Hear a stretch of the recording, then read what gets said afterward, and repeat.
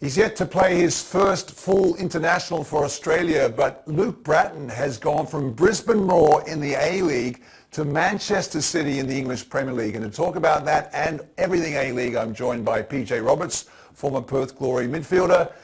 PJ, what about Luke Brattan? He hasn't got a big CV, but there's something that Manchester City have seen in him, haven't they? They have. I mean, he's won 3 A-League championships with Brisbane Roar. He's Australian Youth International, but hasn't represented the Socceroos. He was called up for the qualifier against Afghanistan, but didn't play. But he is a talented midfielder. He's not young though. It's a really intriguing signing. He's 25 years old.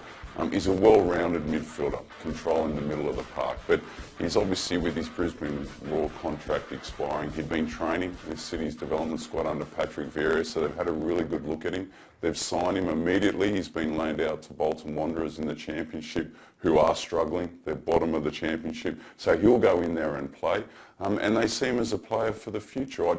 It's going to be obviously very challenging for him to force his way into that Manchester City squad. There has been talk that they're maybe going to link him back to Melbourne City, with obviously Manchester City and the City Group having ownership of Melbourne City.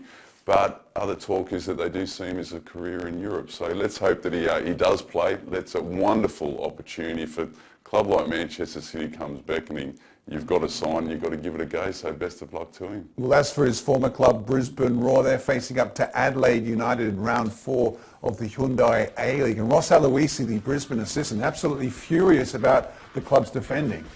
Well, they were very poor last week in that 3-2 loss to Wellington, and some really poor defensive errors. And as you mentioned, Ross Aloisi was absolutely scathing, because they went into that game with such great momentum, picking up maximum points from their opening 2 games, playing at home in this one against an Adelaide United who were taught a lesson in Perth Glory. They had over 70% possession, but was caught on the counter-attack.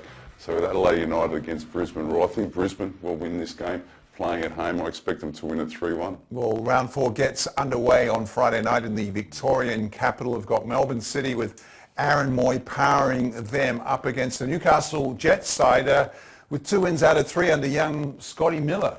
It's a really intriguing game. Melbourne City, and you mentioned Aaron Moy, he's such an important player. They really miss him when he's not playing. His ability to control the middle of the park, he's a live wire, his enthusiasm, he can get stuck in a tackle, and his distribution. Coming up against Newcastle Jets, as you mentioned, no marquee player. All that off-field drama under Nathan Tinkler seems to have gone away. Scott Miller's got them playing a real high-tempo, high-intensity game. And the most important aspect is they've got the very best out of David Carney with his wonder goal against Melbourne Victory in their win last week. So Aaron Moy and David Carney in midfield, it's going to be a really intriguing battle. But I think Melbourne City will have enough to win this game. I expect them to win 2-1. Well, probably the game of the round takes place in Gosford. Graham Arnold from Sydney FC going back to his former club against the Mariners. And there should be a pretty big crowd at Blue Tongue for this one. There will be. It's a nice little story, this one. Graham Arnold. There's also Andrew Clark, who's the strength and conditioning coach, who's a Mariners boy, who's up there. You've got Matt Simon and Zach Anderson playing for Sydney FC, who are going back to Central Coast. And Central Coast, again, another team without a marquee player. Sydney FC rode their luck last week in the Sydney Derby. It was a Ninkovic late winner, and what a wonderful goal that was, by the way. So look, in this game, I think Sydney FC will have enough to win this. I expect them to win 2-1. And speaking about New South Wales teams, Western Sydney Wanderers, they were Asian champions back in 2014. They're playing good football. They've got some good players in the squad now, but they're bottom of the table as they face up to Perth Glory. And it's remarkable, because if you look at performances, they don't deserve to be there. I thought they were outstanding last week in the Sydney Derby. And you mentioned the amount of changes. Tony Popovic has really transformed this squad. So with so many new faces, new changes, change of style and playing, he wanted to play more a possession-based, entertaining game of football. Their performance has been very good. What they haven't been able to do is they haven't been able to convert their chances. And I think that's obviously an area they'll be looking at.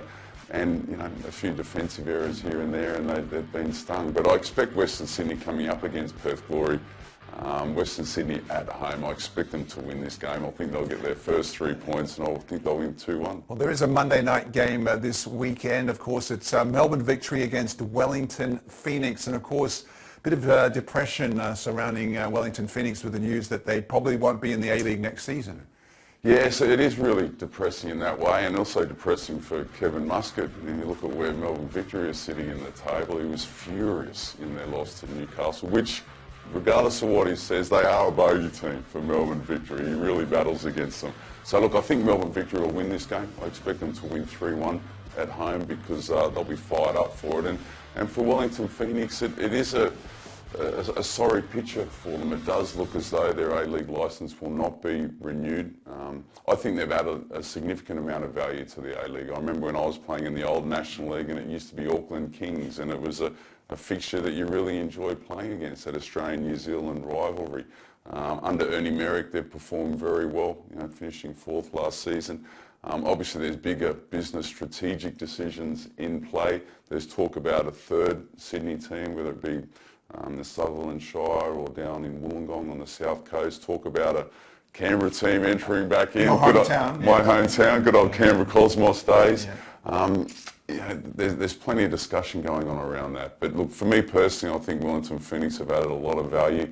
There's also the difficulty from a business strategic point of view also, with obviously Australia being in the Asian Football Confederation and New Zealand being in the Oceania Football Confederation. So there's certain policies that need to be adhered to. But look, I think they've added a lot of flavour. I hope they remain, but at this point in time it doesn't look like they will. All right, thank you very much to PJ Roberts, former Perth Glory midfielder. Do keep it here at espnfc.com for more coverage of the Hyundai A-League season.